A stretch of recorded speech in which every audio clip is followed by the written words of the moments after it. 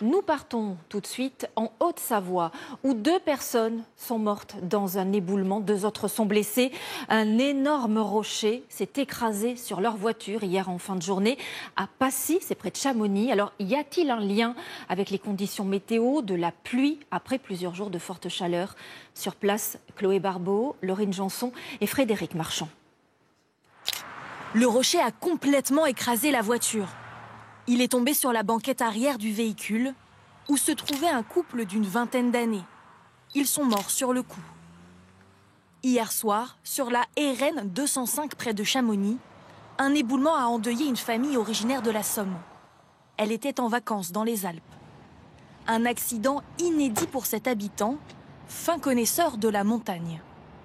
Qu'un rocher qui tombe comme ça à cet endroit-là, moi je trouve quand même que il y a quelque chose qui tourne pas rond. Moi j'y ai jamais vu, quoi.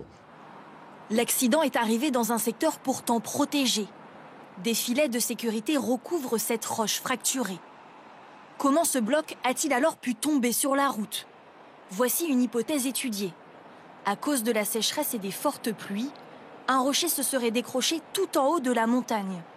Il serait tombé par-dessus les filets de sécurité.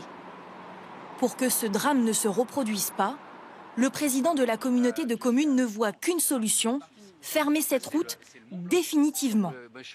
Jusqu'au ciel, on doit mettre des grillages pour protéger parce qu'il y a du business dans une vallée, parce qu'on est plus fort que la nature. Eh ben non.